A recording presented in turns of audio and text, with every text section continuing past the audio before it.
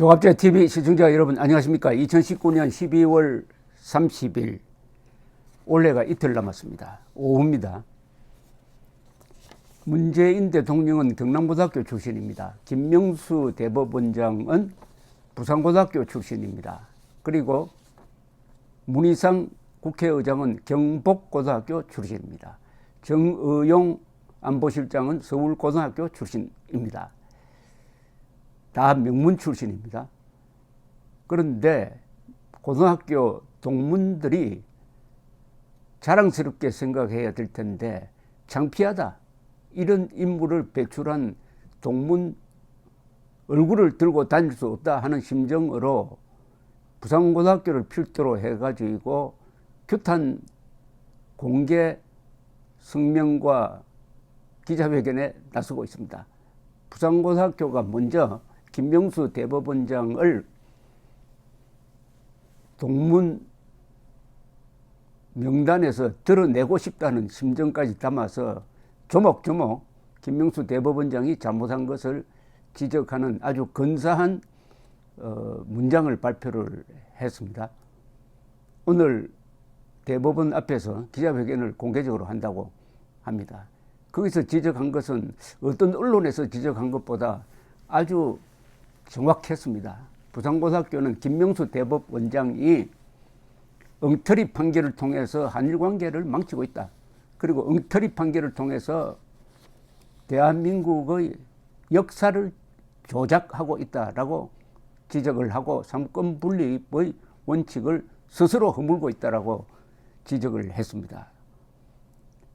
이번에는 문희상 국회의장을 배출한 경복고 동문들이 나왔습니다. 오늘 오후 4시에 여의도 국회 정문 앞에서 문희상 국회의장 규탄 성명서를 발표한다는 예고가 나왔습니다. 이 초안이 나왔습니다. 이 초안도 읽어보니까 언론이 감히 지적하지 못한 내용이 이 안에 들어 있습니다. 한번 소개를 해드리면서 제가 그 부분을 별도로 강조를 해드리겠습니다. 제목이 국회의장 문희상을 파문한답니다. 문희상 의장은 얼마 전 동문상을 수상하는 자리에서 국회의장으로서 자유민주주의와 자유시장 정제를 지켜달라는 선배 동문들의 부탁을 흔쾌히 받아들임으로써 우리 경복 동문 모두가 존경하는 자랑스러운 인물이 되었다. 그런데 그 후 얼마 안 되어 무소속으로 중립적인 입장을 견지해야 할 의장이 범여권의 위헌적이고 불법적인 4+1 협의체 안을 받아들여 제1야당을 배제하고 512조 원의 슈퍼 예산안과 연동형 비례대표제라는 국민들도 이해 못하는 법안을 통과시킴으로써 의회 민주주의를 파괴하는 쿠데타를 자행했다. 쿠데타라는 표현을 썼습니다. 사실은 여기에 공수처법 강행 통과가 추가된다면 완벽한 쿠데타입니다. 즉 헌정질서를 흔드는 헌정질서에 도전하고 헌정질서의 근간을 무너뜨리려는 행사가 권력 행사가 바로 쿠데타고 일종의 국헌문란의 내란이 되는 것이죠. 쿠데타라고 지적을 했습니다. 아주 강한 표현을 썼습니다. 이어서 이렇게 씁니다. 국회의장이 특정 당을 떠나 무소속이 되는 현행 제도는 입법부가 삼권 분립의 한 축으로서 견제와 균형이라는 헌법에 명시된 공화주의를 실현해달라는 주문이다. 그런데 문 의장은 이를 망각하고 스스로 행정부의 신여를 자청한 입법부의 부끄러운 수장이 되었다. 국회법이 정한 교섭단체 간의 국회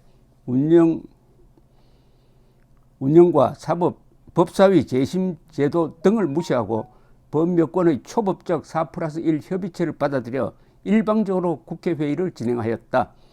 예결위 사전심의 없이 절차를 무시하고 통과된 512조 슈퍼 예산은 위법적임은 물론 세금 폭탄과 국가부채의 급격한 증가로 이어지면서 이미 파탄난 국가경제는 국가 의존형 국민 생계를 양산하는 사회주의 포퓰리즘 경제를 지향 국민들을 점차 노예화시키고 있다.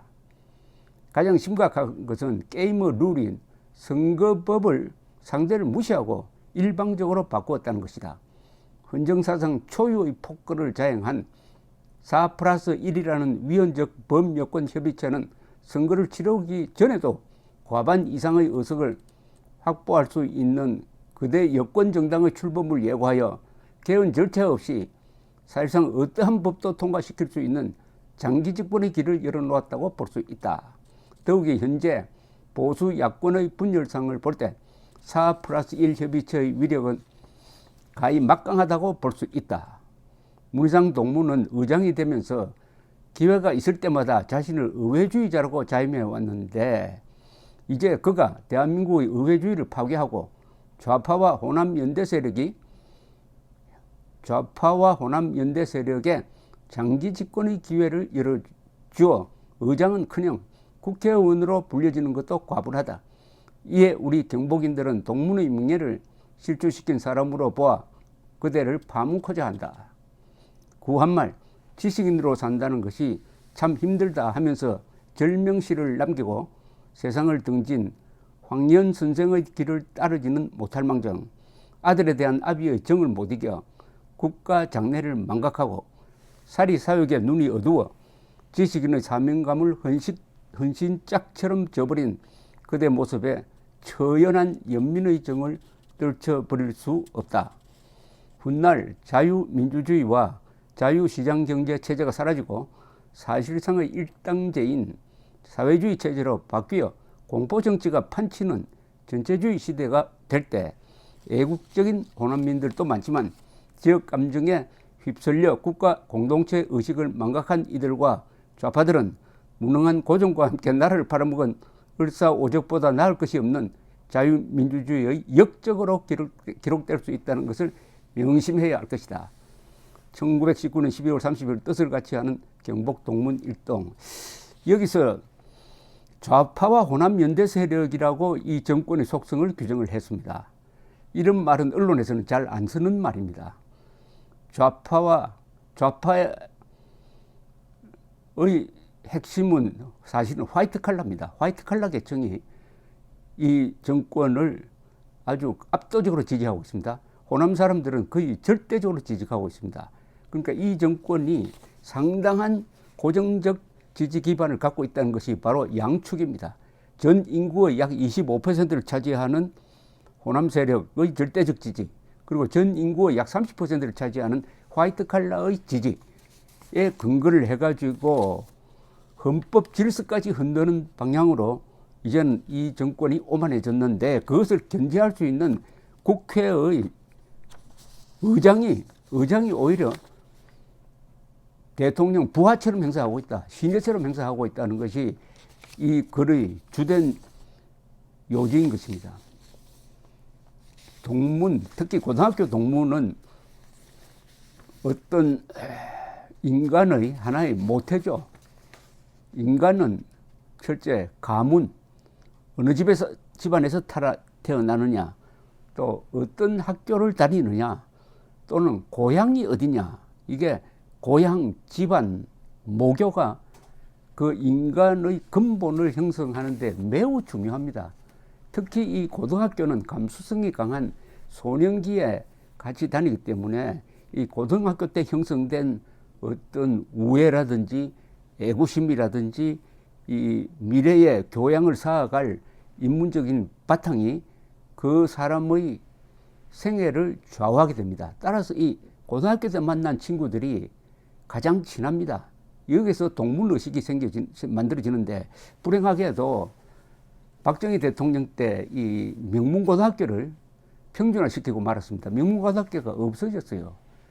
지금 이제 60대, 70대 중에서 그 명문고등학교를 나온 사람들이 고위공직자가 되고 있는 게 바로 경남고등학교 출신 문재인, 부산고등학교 출신 김명수 국회의장은 경복고등학교를 나오고 이 명문고등학교 동문들이 요사에 보면은 이승만 광장에 깃발을 들고 고교연합이라는 조직의 한 일원으로서 몰려들고 있는데 이제 그 고등학교 동문들이 자랑스럽게 여겨야 할 국회의장, 대통령 그리고 대법원장을 부끄럽게 여기기 시작했다 하면서 이런 식으로 일종의 릴레이식으로 지금 규탄 운동이 벌어지고 있다는 것은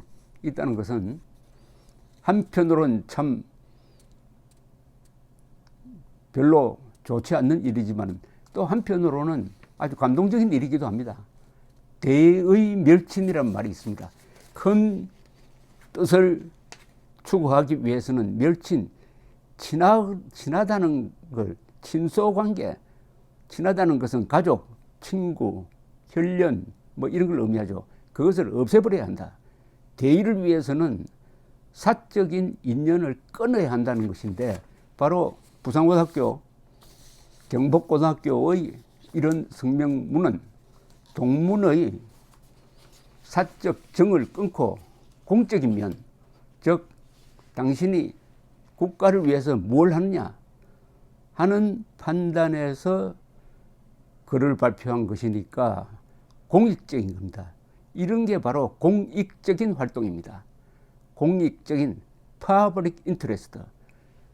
내 집안, 우리 가족, 우리 동문이 아니고 대한민국을 기준으로 해가지고 국익과 헌법에 위반될 때 바로 동문까지도 이렇게 가혹하게 비판할 수 있다면은 이런 국민들은 인류 국가를 만들 실력이 있는 것입니다. 민주주의 국가의 시민이 될 자격이 있는 것입니다. 부산고등학교와 경복고등학교 동문들에게 경의를 표하는 바입니다. 감사합니다.